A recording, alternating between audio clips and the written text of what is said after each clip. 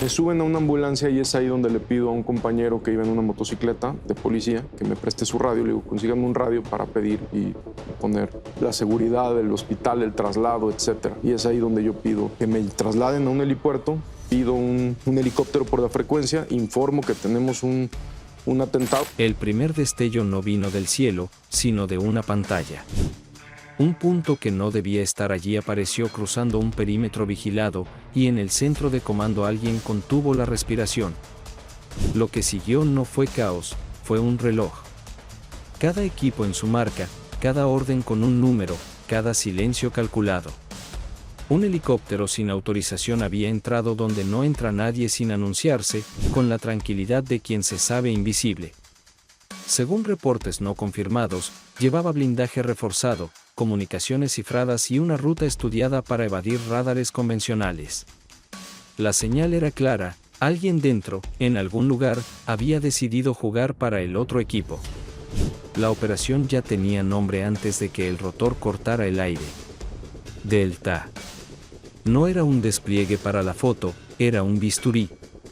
El objetivo, detectar y neutralizar a los filtradores que, de acuerdo con líneas de investigación en curso, habrían vendido rutas, identidades y ventanas de oportunidad a cárteles emergentes. No se trataba solo de un riesgo local, sino de un agujero en la cooperación internacional. En ese tablero, cualquier error costaba meses de trabajo y vidas que no regresan. Por eso el plan se había construido como un laberinto con una sola salida, la correcta. Afuera aún era madrugada cuando los equipos tácticos ocuparon esquinas que parecían vacías. Drones discretos comenzaron a trazar el aire como si dibujaran una malla invisible. Analistas cruzaban patrones, altitud probable, tiempos de descenso, maniobras de evasión típicas de quien confía demasiado. En el centro de comando, voces medidas. Nadie levanta el tono cuando sabe que la adrenalina hace su parte. Cada unidad recibió una instrucción breve y sin adornos. No había margen para protagonismos, aquí el héroe era el protocolo. El aparato apareció donde se esperaba y donde, al mismo tiempo, no debería haber aparecido jamás. Un punto más brillante sobre un mapa que ya tenía las piezas colocadas. La tensión se volvió espesa, pero no se desordenó. Contacto. La palabra que no necesita repetirse sonó en el canal principal y todo lo demás cambió de velocidad. La premisa era quirúrgica, detener la amenaza sin convertir la ciudad en rehén del espectáculo. En escenarios como este, la fuerza no es grito, es precisión. Las primeras maniobras del helicóptero no sorprendieron a nadie. Subida corta, giro para probar la cobertura, falsa retirada. Como si quisiera confirmar que los había tomado por sorpresa. Pero cada movimiento tenía espejo en la mesa de operaciones. Interferencia selectiva para ensuciar enlaces, anillos de contención para cortar rutas de emergencia, ojos en altura para leer intenciones. La idea no era derribar por derribar, era cerrar puertas una por una hasta dejar a los ocupantes frente a una decisión única, detenerse o ser detenidos. No hubo tiempo para discursos. Los equipos de superficie se movieron con pasos de manual, cubriendo accesos y posibles zonas de caída, mientras la capa de apoyo técnico hacía lo suyo sin que se notara. En acciones de alto nivel, lo espectacular casi nunca es lo importante. Lo importante es lo que no se ve, el canal que se queda mudo en el momento exacto, el sensor que deja de mentir, el ángulo que niega la salida. El helicóptero intentó otra jugada, un quiebre sobre un corredor oscuro. Fue entonces cuando llegó la orden que nunca llega tarde, solo llega cuando debe, cerrar. Lo que continuó fue la clase que no se imparte en ninguna escuela. Fuerza controlada, ventanas de intervención medidas en segundos, capas redundantes para evitar daños colaterales. Una secuencia breve, precisa. El aparato perdió estabilidad sin convertirse en una amenaza para nadie más. No hubo espectáculo gratuito ni fogonazo de película, hubo un final técnico. En tierra, el silencio posterior sonó a confirmación. Arriba, un brillo corto y luego la nada. Mientras el polvo se asentaba, empezó la segunda mitad de toda operación que sale bien: preservar, documentar, blindar. Perímetros asegurados, evidencias fotografiadas y etiquetadas en tiempo real, registros que no admiten dudas. Según fuentes consultadas, aquello no era solo chatarra humeante, eran piezas de un rompecabezas más grande.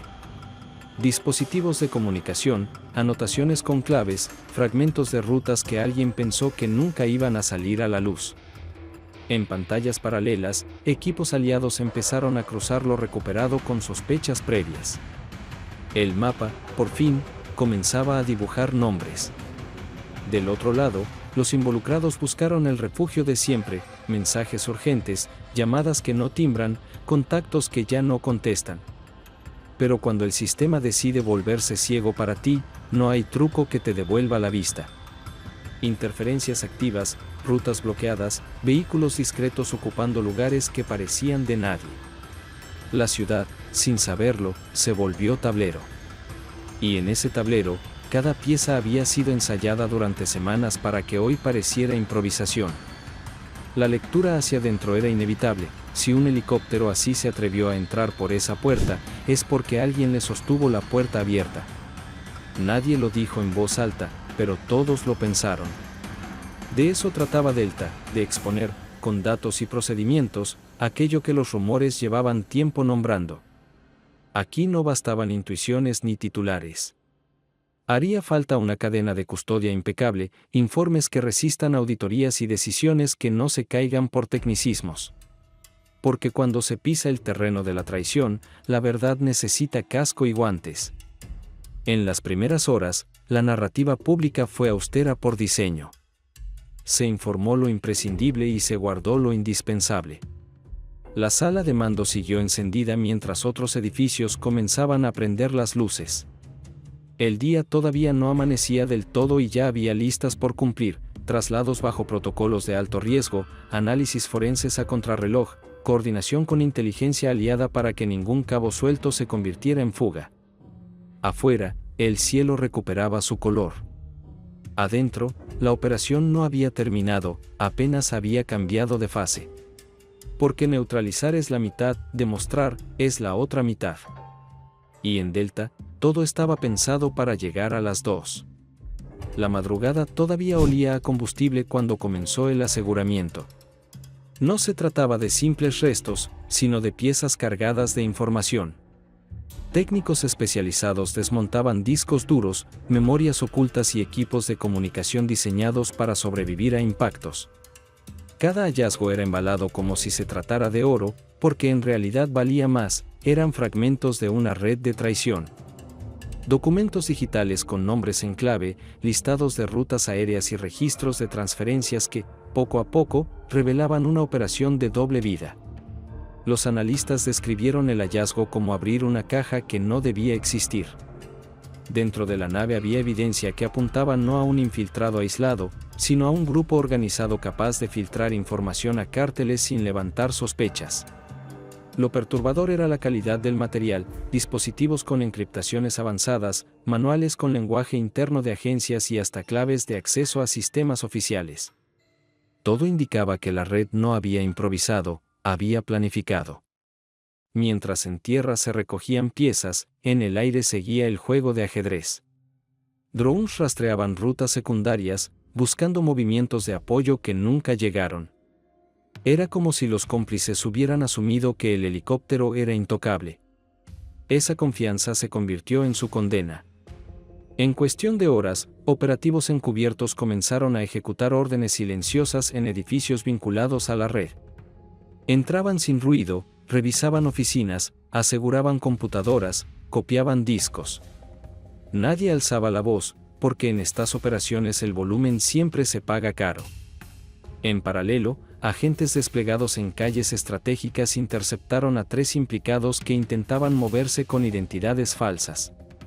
Sus rostros, según fuentes extraoficiales, reflejaban la misma incredulidad, la seguridad que creían tener dentro de la institución se había roto. Teléfonos apagados de golpe, radios que no emitían señal, contactos que nunca contestaron. El aislamiento fue total. No hubo espacio para la improvisación. Los informes preliminares empezaron a mostrar el verdadero tamaño de la traición. transacciones financieras ligadas a cuentas extranjeras, registros de entrega de armas, planes de operaciones futuras. Nada era rumor, eran pruebas físicas. Y en esa maraña, aparecían iniciales y nombres que podían escalar hasta oficinas de confianza. La magnitud no solo sorprendió a los equipos nacionales, agencias aliadas en otros países, al recibir copias cifradas del material, comprendieron que el agujero había cruzado fronteras. Harían falta semanas para procesar cada documento, pero las primeras horas bastaron para confirmar lo que todos temían: la filtración no era un accidente, era un sistema. Una estructura que operaba con la frialdad de quien sabe que cada archivo puede venderse caro. Y la misión Delta había logrado lo impensable: cortar esa estructura justo en el momento en que creía estar a salvo. En las pantallas del centro de mando, los mapas digitales comenzaban a iluminarse con conexiones nuevas. Cada línea confirmaba que la amenaza era más amplia de lo que cualquiera había querido aceptar. Pero ahora había un punto de partida sólido: pruebas, capturas y un helicóptero convertido en archivo. El mensaje era directo: la traición, aunque se disfrace de blindaje, siempre deja huellas. Las capturas continuaron al amanecer. Calles enteras se convirtieron en corredores vigilados, cada esquina cubierta por equipos que parecían surgir de la nada. Los implicados eran trasladados bajo protocolos de máxima seguridad, rutas alteradas a último momento, vehículos intercambiados en pleno trayecto y convoys que parecían moverse como sombras. No había margen para un rescate externo, porque la operación estaba diseñada para que ningún movimiento improvisado pudiera prosperar. Dentro de las instalaciones seguras, los primeros interrogatorios se desarrollaban al mismo tiempo que los peritos abrían dispositivos. Memorias cifradas revelaban vínculos con cárteles específicos, correos internos que detallaban rutas de armas y mensajes que confirmaban lo que antes solo eran sospechas: la traición no venía de un error aislado, sino de una red cuidadosamente construida. Cada hallazgo reforzaba la idea de que se había estado jugando con fuego al más alto nivel. La información obtenida del helicóptero y de las oficinas intervenidas fue enviada de inmediato a agencias aliadas. No se trataba solo de limpiar una fuga interna, era un movimiento estratégico para blindar la cooperación internacional. Expertos en seguridad coincidían: Delta no había sido solo un operativo exitoso, sino una demostración de cómo enfrentar a enemigos que ya no están afuera, sino dentro. Y ese mensaje cruzó fronteras con la misma velocidad con que las imágenes del helicóptero incendiado comenzaron a circular en redes. En la ciudad, el impacto se sintió aunque los detalles permanecieran bajo reserva. El cielo iluminado por el fuego de la madrugada se convirtió en símbolo de control y disciplina frente a quienes se creían intocables. La gente no conocía los pormenores, pero entendía que algo grande había ocurrido. Los noticieros hablaban de un despliegue inusual, de una operación quirúrgica. Lo que no decían era lo que más pesaba: que el enemigo, esta vez, había estado usando credenciales oficiales. El cierre de la operación fue tan meticuloso como su inicio. Cada documento, cada dispositivo y cada fotografía fue archivada en expedientes que servirían para juicios y sanciones. Los implicados quedaron incomunicados, sin margen de negociar. Los analistas internacionales describieron lo sucedido como un golpe quirúrgico que no solo desarticuló una amenaza inmediata, sino que estableció un precedente: dentro de cualquier institución puede surgir la traición, pero también la capacidad de enfrentarla con precisión absoluta. Cuando finalmente el sol iluminó los restos del helicóptero bajo custodia, la operación Delta ya se había convertido en algo más que un despliegue táctico. Era un recordatorio de que la seguridad no depende solo de armas o tecnología, sino de anticipación, disciplina y voluntad de cortar de raíz aquello que corroe desde adentro. Y en ese silencio cargado de tensión, quedó flotando una idea incómoda: si los traidores llegaron tan alto una vez, ¿cuántos más estarán esperando su turno para intentarlo?